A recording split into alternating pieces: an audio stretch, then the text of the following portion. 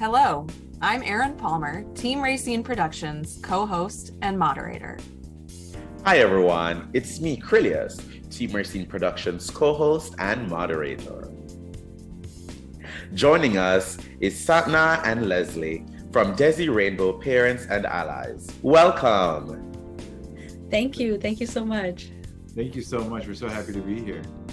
Thank you both for being here. Please tell our viewers a little bit about yourselves and your organization. Sapna, if you could go first, and then Leslie, that would be great.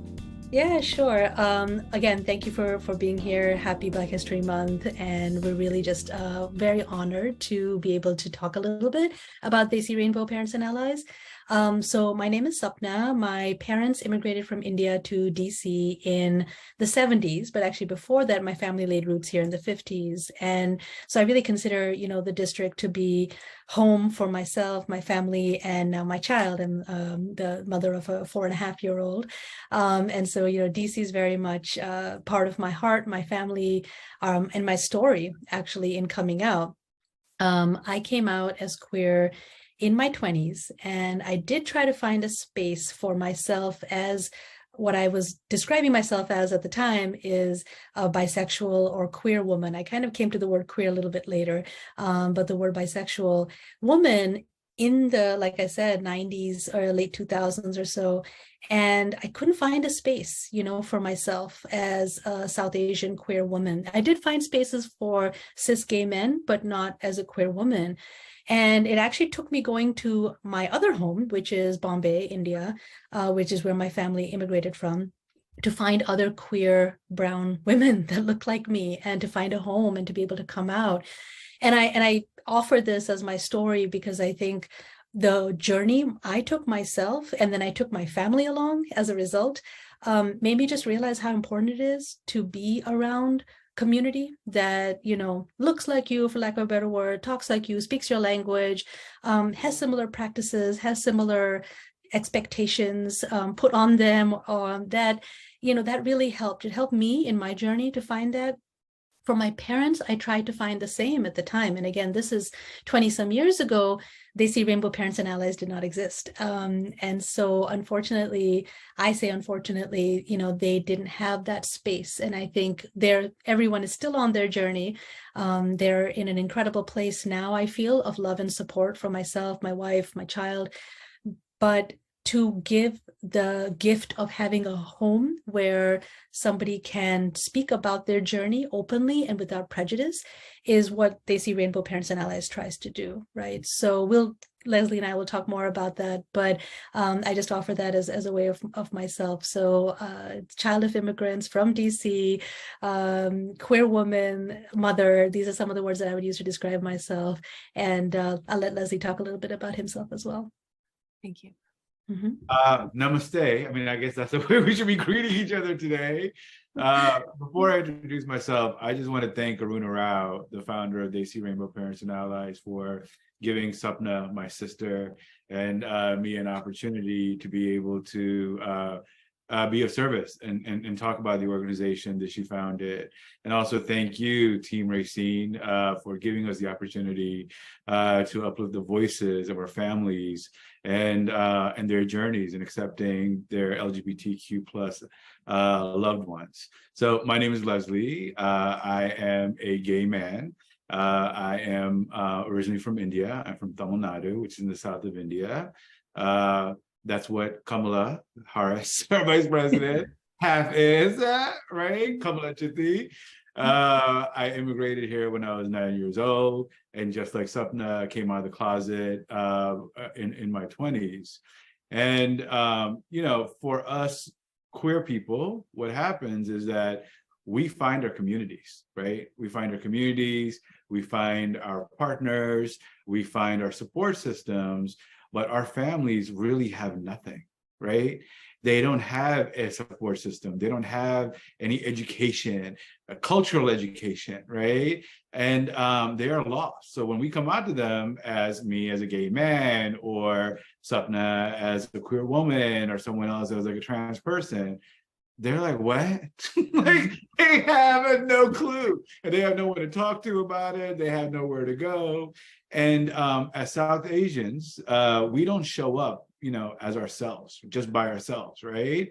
It's not an individual kind of like community. We come with our fathers, our mothers, our cousins, and it's literally like My Big Fat Greek Wedding. I don't know if you all saw the movie, like times 10. So, right, there's like tons and tons of people that we show up with. And what Desi Rainbow really does is create a support system for that entire community, which is family, right? So you have grandparents who now have support. You have parents who have support. You have cousins and siblings. So thank you so much for sharing that. So that is what essentially we're doing. We'll talk a little bit more about the different programming and how we support the community family that I call it. But that is our aim, is to be able to help the families come to terms with their loved ones, their identities, and love them for who they are. Awesome. Such great work, and definitely important that our different diverse communities have these spaces to go. So please share with us what this journey is like for families and what you hope they can learn from your organization. Yeah, I'll start. I mean, it runs the gamut, of course. You have people who, and I've met parents that are just completely closed off to even hearing the truth about their loved one.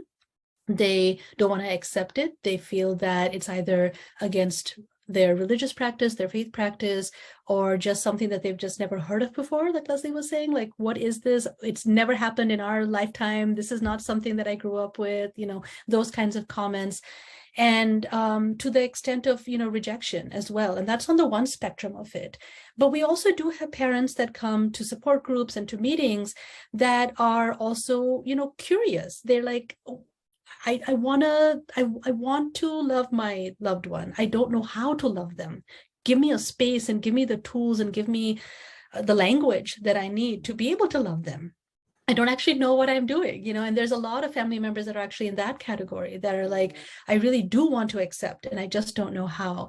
One of the things that I do in addition to being associated with Desi Rainbow is I actually officiate weddings, and I officiate, 10 years ago, I started officiating same-sex weddings. And the first couple that came to me was a lesbian couple, both of Indian origin. They wanted to have a Hindu faith-based wedding ceremony, which my grandfather was a Hindu priest. And so I learned some from him. I conducted their wedding.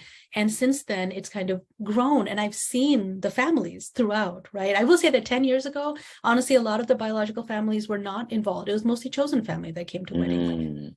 And that's shifted. Nowadays, in the last 4 or 5 years, the same-sex weddings I've done, we actually have biofamily coming. But that too, that runs the gamut. You have, the biofamily that are really involved, and they have just taken the blueprint of what a Hindu wedding would be between a man and a woman, and they've just imprinted it on their, gay man marrying his partner, or their queer woman or their trans child marrying their partner.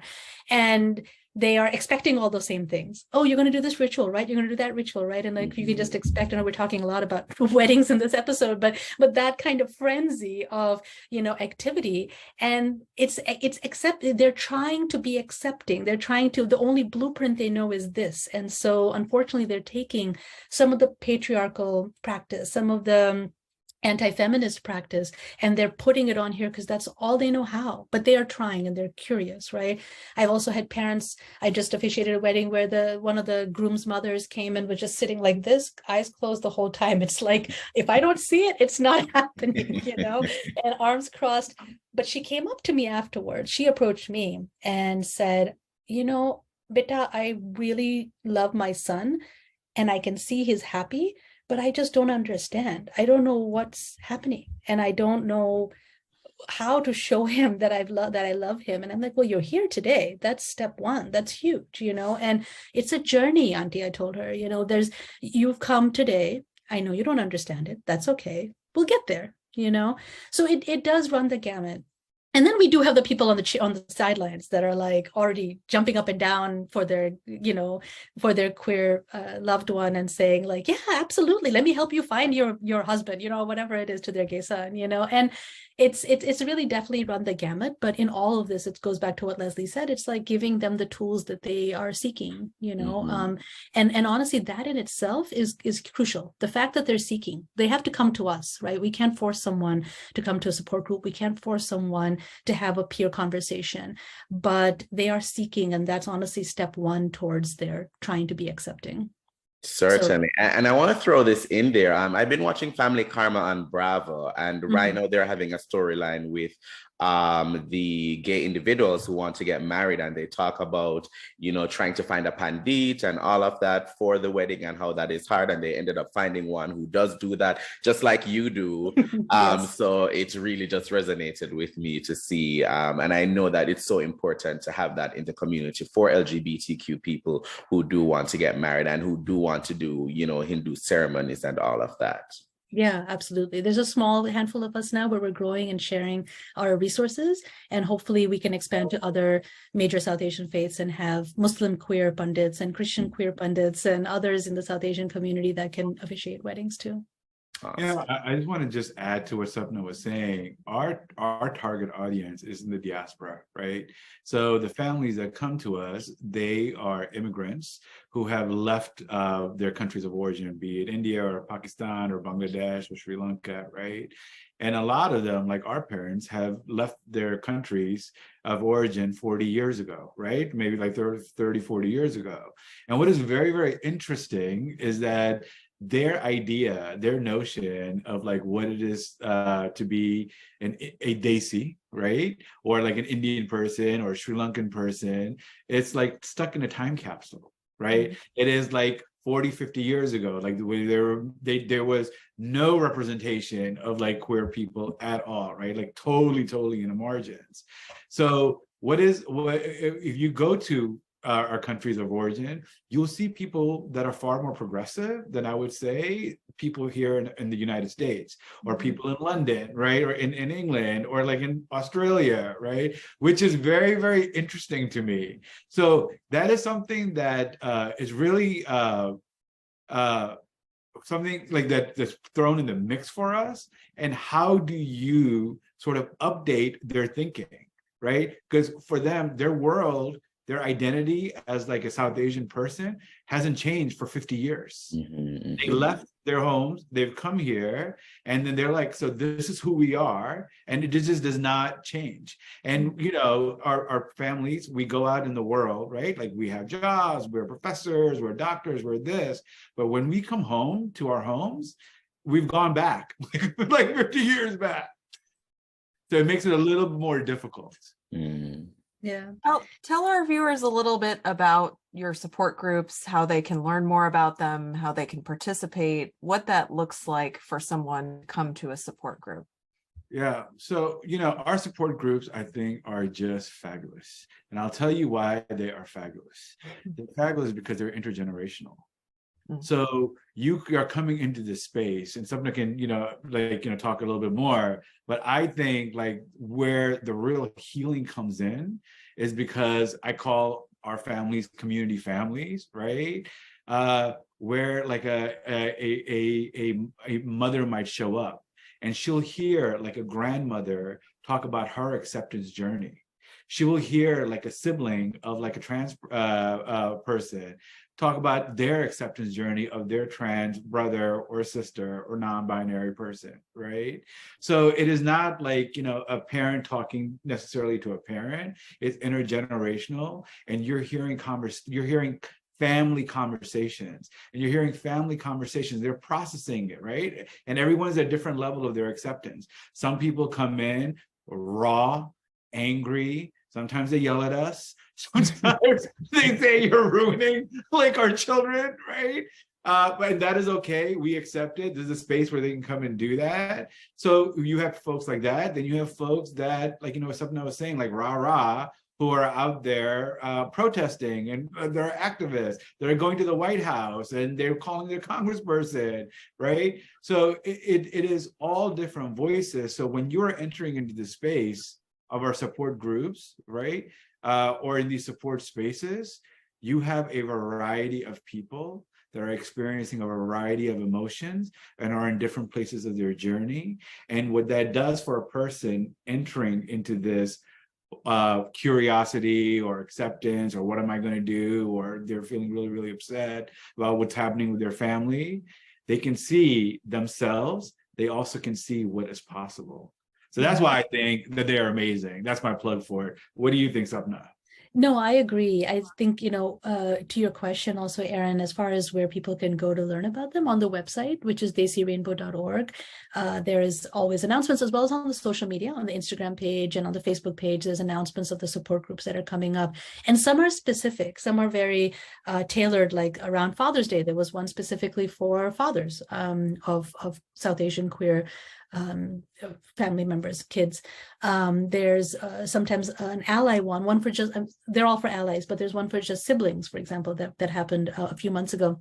So they might be specifically tailored support groups, but they happen monthly. They're on the website, they're on the Instagram page, and they're all virtual right now, right? Like, and that's, it grew out of the pandemic to have this virtual space, and it actually ended up being kind of a blessing because it has provided a safe space for people from all over then to join. So you can have, we have parents dialing in from other countries also, not necessarily the United States, from New Zealand, from Australia, from London, from South Asia itself, that are calling to be part of this and to find a support group in a safe space. So the virtual format has actually lent itself to creating that kind of more of a global community, which has been interesting, and has also been really great for those that may not want to speak.